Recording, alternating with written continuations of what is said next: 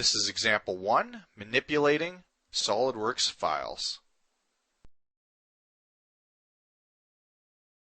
This exercise file is simply a plastic toy dump truck.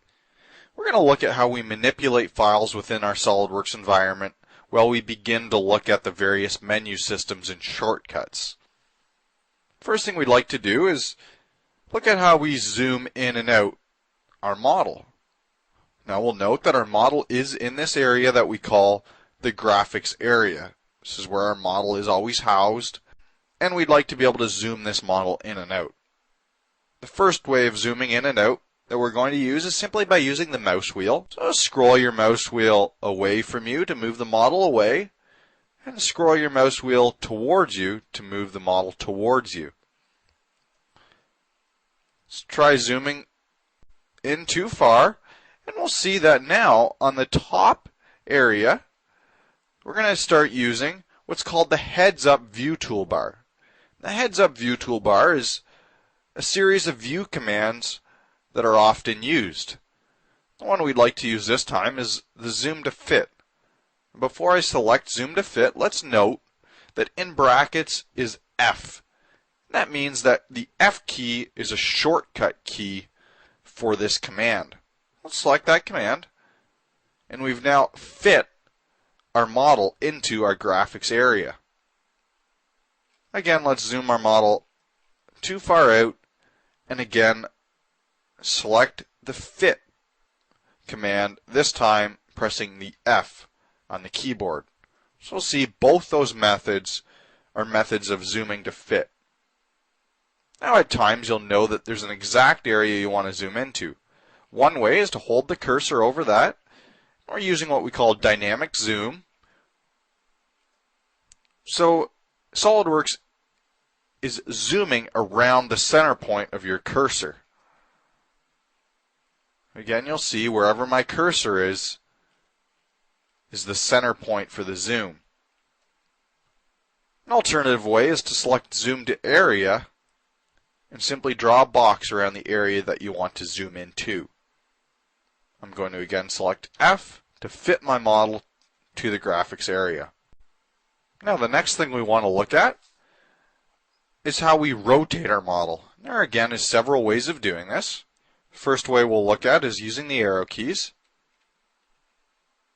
And we can see that by default SOLIDWORKS rotates 15 degrees with each press of the arrow key.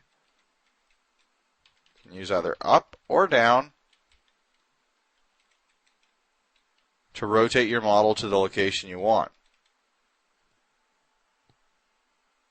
Alternatively, you could press and hold the middle mouse wheel.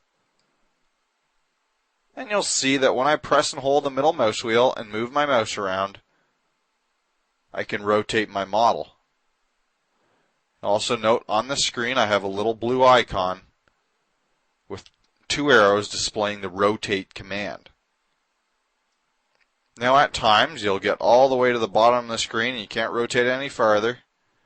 So you'll need to release, bring your mouse cursor back up to the top and continue rotating.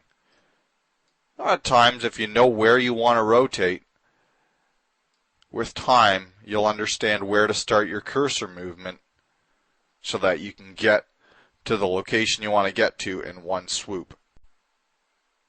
Okay, so we've looked at how to rotate our model using the mouse and the arrows, but we don't yet know how to look directly at either the front, top, or side of our model.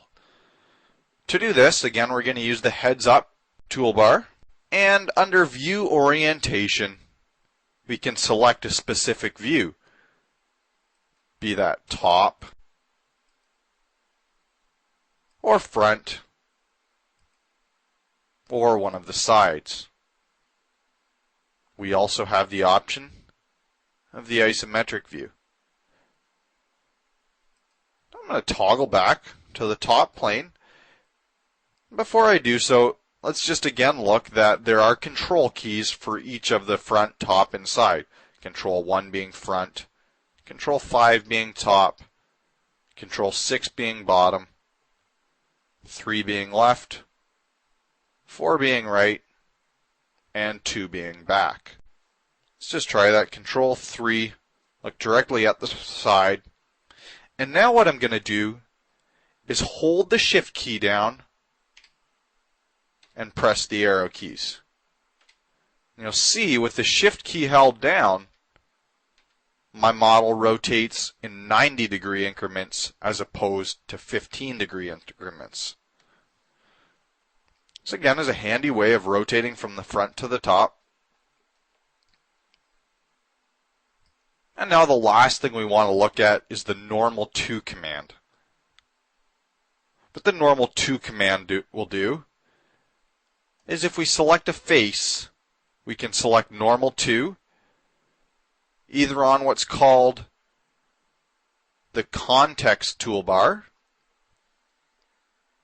What this toolbar does is offer a list of the most likely commands you are going to use. If we select normal to, we'll look directly at the surface that we've selected. Just rotate away again. And we'll see that also in our view orientation drop down on our heads up toolbar, we also have the normal to command. Let's look to note that the N key or the Control 8 key are shortcuts for the normal to command as well. So I'm not going to select normal to here. I'm going to select the N key on my keyboard and note that we're looking normal to. Let's also note that if you toggle normal to, you'll look either directly at the front of the face or directly at the back of the face by simply toggling normal to back and forth. And the other thing we want to note is that as well as looking normal to the face, we've also fit the model to the screen in one action. Okay, so that concludes the first example that we're going to do. At this point, you can take a few minutes to manipulate this model, and when you're complete, go back into your design binder and open up example 2, where we'll begin looking at the various SOLIDWORKS file types.